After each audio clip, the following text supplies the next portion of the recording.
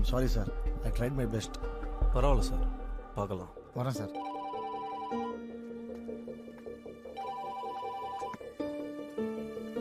Hello,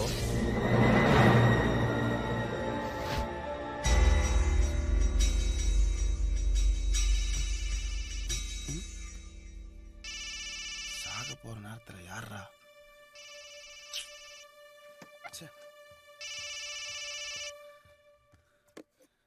hello, நான் master பேசுறேன்பா.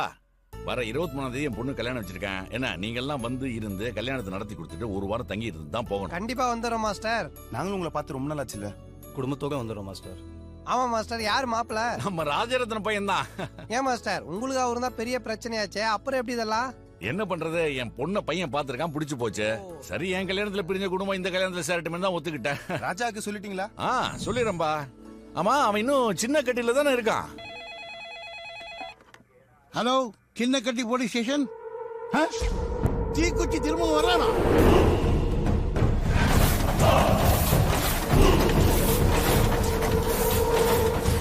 வருஷத்துக்கு முன்னாடி என் குடும்பத்தை உசுரோட எரிச்சு கொண்டவன் இப்ப திரும்பவும் வரானா? கேஸை ரீஓபன் பண்ணிருக்காங்க. இன்னும் 10 நாளைக்கு நம்ம ஊர்ல தங்கிதான் ஸ்டேஷன்ல கையெழுத்து போட போறானா. இதுக்கு தாண்டா காத்துக்கிட்டு இருந்தேன். ஊர் எல்லையில அவன் கால் வைக்கிறதுக்குள்ள வெட்டி தள்ளுகடா.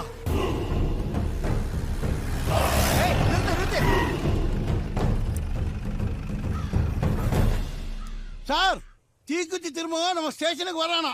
அந்த விஷயம் சண்முக பாண்டிக்கு தெரிஞ்சு போச்சு சார். போட்டு தள்ள ஆளுங்களோட கிளம்பிட்டான்.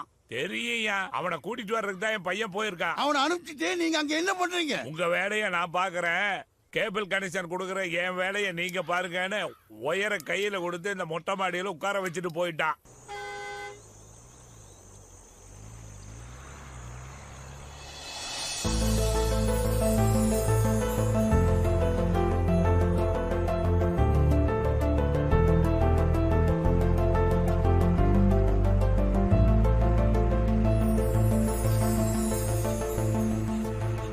சாத்துமா, குளிர் தாங்க முடியல. என்னப்பா, தீக்குச்சி திருமுகவான் பேர்லயே நெருப்பு வச்சுட்டு இந்த குளிர தாங்க மாட்டேங்கிறீங்க? கொஞ்ச நேரம் இப்படியே இருந்தேன்னா பேர்ல இருக்க தீய பாடியில வைக்க வேண்டியதான். நான் போய் முன்னாடி உட்கார்றேன்.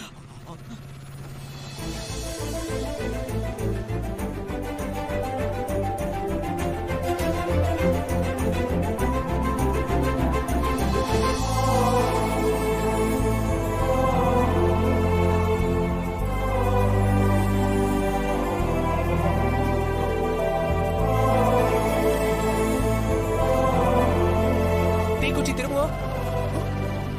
அண்ணா, உங்க பேர் தீக்குச்சி திரும்புமா? இல்லப்பா,